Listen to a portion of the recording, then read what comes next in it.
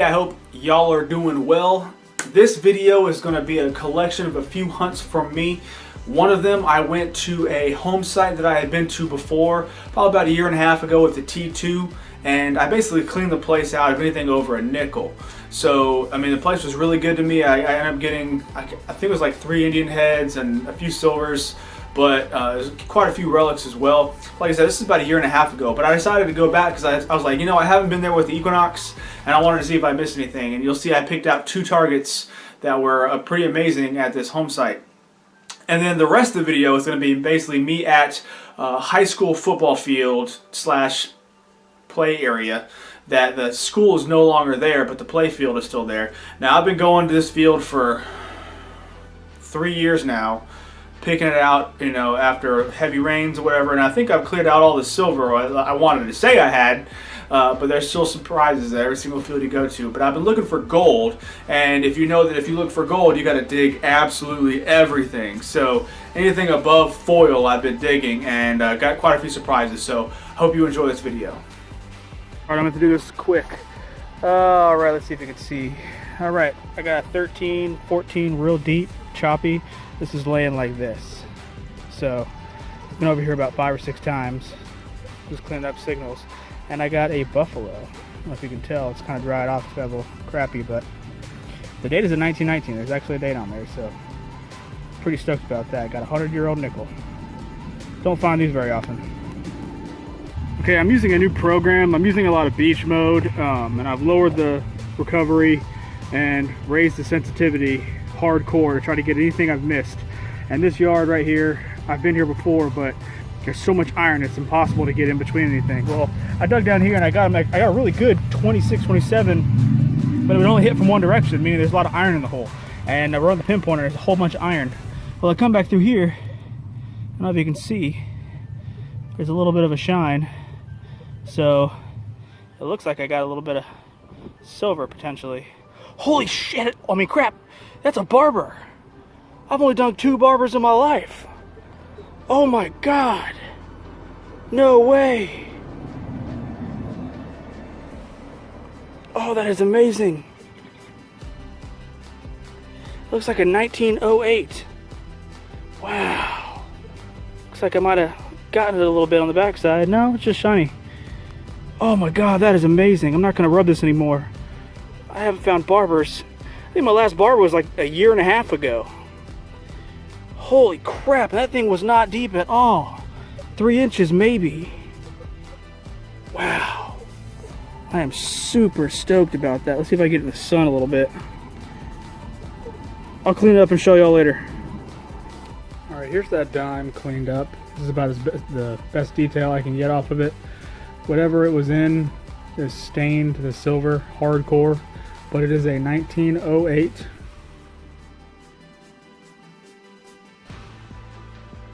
D. I don't know if you can see the D right there at the bottom, but I mean the detail on the reverse is just outstanding.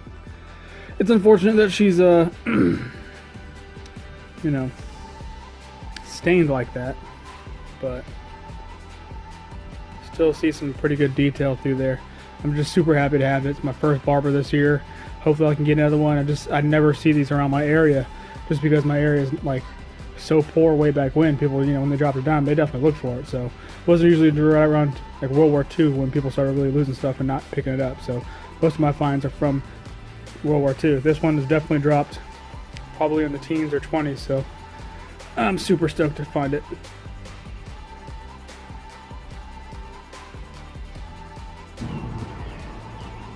Alright, I'm at the base of this tree. When I say I'm at the base of the tree, I mean like literally, here's the roots, and there's the hole. Got a 14, bouncing, I thought it might be a nickel or a pull tab, so I dug it, and there it is, right there. It looks like a flat button. The shank broke off. That's where the shank used to be.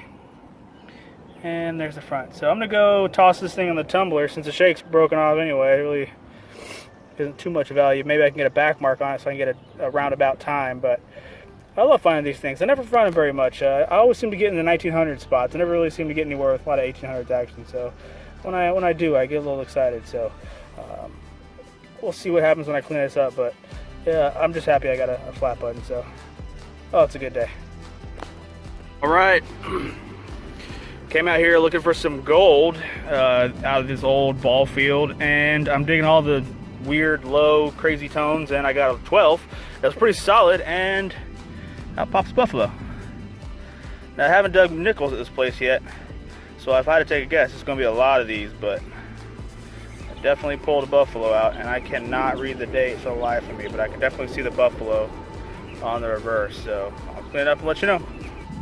All right, I was just out with that buffalo, maybe 10 steps back, and I got a really jumpy, weird 20 signal, high 20s. And at the peak, it sounds like a silver, but it kept jumping down to like a bottle cap. Well, I pulled out a piece of wire in this plug right here, and then it cleared up the signal completely. Now it was like sitting there peaking around 26, 27, which is silver dime numbers. And I just flicked it out right here. If you can see it. See that shine? So let's find out what it is together. And we got a Merc. Man, that's awesome. 1941. Plain. It's got a lot of detail left on it. Can't wait to clean that one up. This place just keeps on surprising me. Thought I cleared this thing out of silver a long time ago.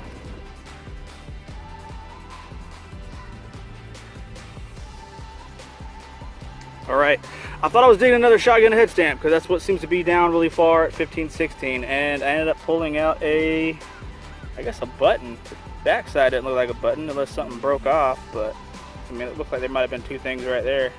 If I could put it in the camera view so you could see what I'm talking about, it'd be awesome. But unless the shank broke off right there, but I don't know what this is. It's either a mounting plate for a pin or something. Maybe I want some jeans, I don't know.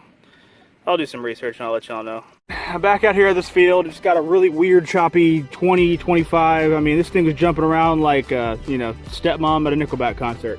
And I look down and look. It looks like I got a button. Yeah, I definitely got a button. Quality. So that might be old. Oh, cool. What is that? Is that a harp? Wow, this thing's got some gilt left on it. Holy crap, what is this? Oh my gosh. What? I can't read the rest of the back mark, but it's still got the shank on it. It's just bent over. And the holy crap, what is that? I'm gonna have to do some research on that one, post it in a couple groups to find out what it is, but that is awesome. I'm stoked. Wow. Definitely did not expect that to come out of here. I was expecting like a couple pennies, you know, stacked together or something. That's awesome. Back out here at this field trying to find gold, just digging everything possible. I think I've dug about 7,000 pop tabs and bottle tops and chunks of can and whatever, and I got a 27, 28 surprisingly right on top. And yeah, I don't know if you can see that, but looks like we got a ring. Pretty big one too. And she looks silver. I can't see through the viewfinder, so I don't know if I'm in frame or not, but this one's a good one. This is definitely silver, I would think. So see if I can get it.